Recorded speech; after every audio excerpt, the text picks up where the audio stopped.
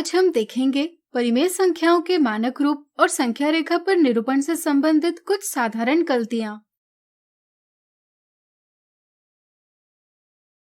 परिमेय संख्याओं का मानक रूप यानी स्टैंडर्ड फॉर्म प्राप्त करते समय अक्सर बच्चे कुछ साधारण गलतियां करते हैं। आइए इन्हें समझें।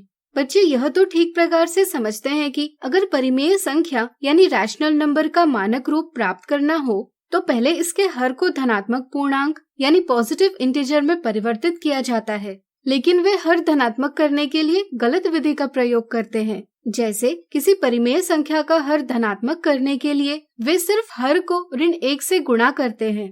ध्यान रहे, अगर हम सिर्फ हर को ऋण 1 से गुणा करते हैं तो इससे संख्या का मान बदल जाता है, इसलिए सिर्फ हर को ऋण 1 से गुणा करना गलत है। हर को धनात्मक पूर्णांक में परिवर्तित करने की सही विधि है कि हम अंश और हर दोनों को ऋण 1 से गुणा करें। चूंकि एक ही संख्या से अंश और हर दोनों को गुणा किया जा रहा है, इसलिए संख्या का मान नहीं बदलता, साथ ही साथ हर भी धनात्मक हो जाता है।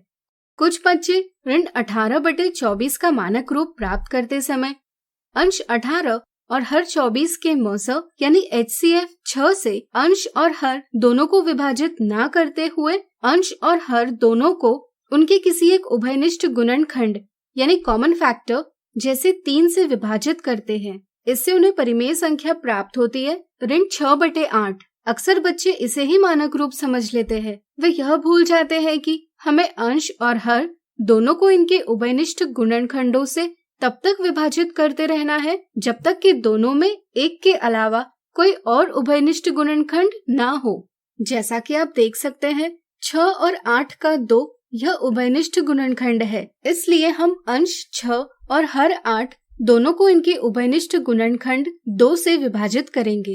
इससे हमें परिमेय संख्या का सही मानक रूप प्राप्त होगा ऋण 3/4।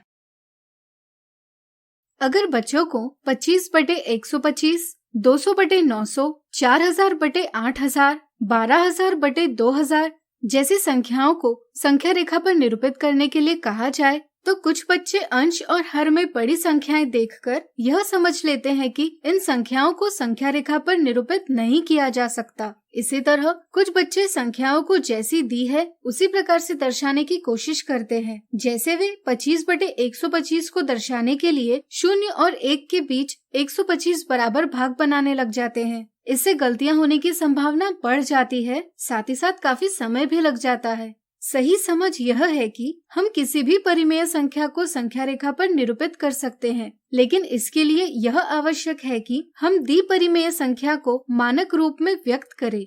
जैसे अगर हमें 25/125 को संख्या रेखा पर दर्शाना है तो इसे हम मानक रूप में 1/5 इस प्रकार व्यक्त कर सकते हैं। यहाँ 25/125 का मान 1/5 के मान के बराबर है, इसलिए संख्या रेखा पर इन्हें एक ही स्थान पर दर्शाया जाएगा। 1/5 का स्थान 0 से 1 के बीच की इकाई दूरी को 5 बराबर भागों में विभाजित कर पहले भाग से दर्शाया जा सकता है।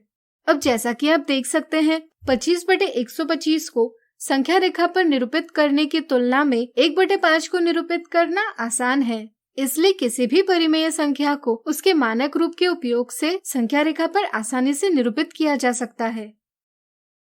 क्या आप इन संख्याओं को संख्या रेखा पर निरूपित कर पाएंगे? स्वयं प्रयास कीजिए। इस प्रकार आज हमने देखी परिमेय संख्याओं के मानक रूप और संख्या रेखा पर निरूपण से संबंधित कुछ साधारण गलतियां।